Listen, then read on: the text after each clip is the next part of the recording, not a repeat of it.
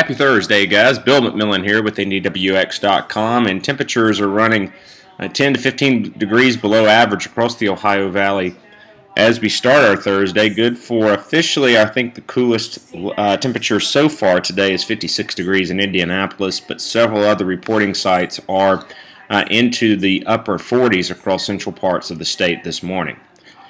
We're expecting a dry day today, one with a lot of sunshine, but we will notice a change that begins to take place as we move into tonight and as we wrap up the day, or the work week on Friday, I should say. A couple of rounds of shower and thunderstorm activity will make a run at central Indiana between now and Saturday morning. I think the initial round will diminish late tonight just due to the dry air mass that's currently in place. It'll kind of eat away at that initial round of shower and thunderstorm activity. But as we move into Friday morning, a weakening area of showers and thunderstorms will likely blow through central Indiana during the late morning, early afternoon. Again, expecting this complex to be in a weakening state as it enters central portions of the state. But as we move into Friday night and Saturday morning, another round of shower and thunderstorm activity will rumble through here late Friday night during the pre-dawn hours on Saturday. And that kind of just sets the tone for what we can expect over the next few days. In addition to that warmer, more humid air mass that moves in here, we're going to also notice a couple of rounds of shower and thunderstorm activity, especially in the afternoon and evening hours, really into early parts of next week as well.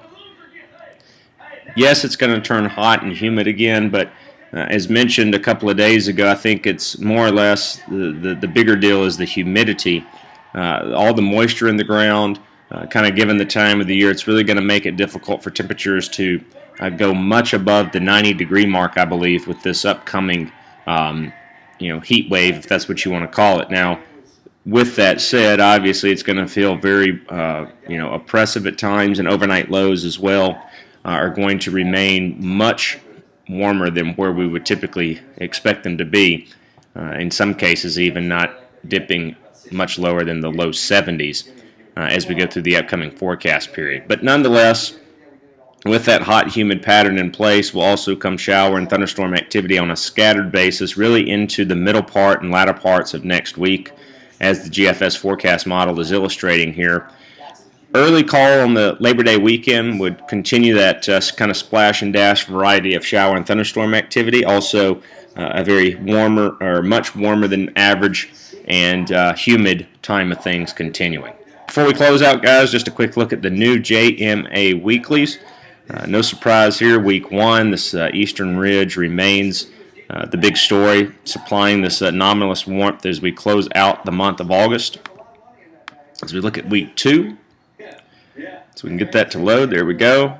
Still not a lot of change there in that week 2 time frame with this ridge. It is beginning to retrograde west a bit, taking the warmth into the central portion of the country as well, but still a very, very warm pattern here locally. And then finally, as we look at weeks 3 and 4 time frame, that's when we would begin to at least see more of a significant potential pattern change, if you will, with the axis of the ridge backing up across the north central and northwestern portion of the country, but still at the surface it's not a cool pattern by any stretch of the imagination, and you could certainly argue that it still looks warmer than average as a whole, even out there in that weeks 3 to 4 time frame.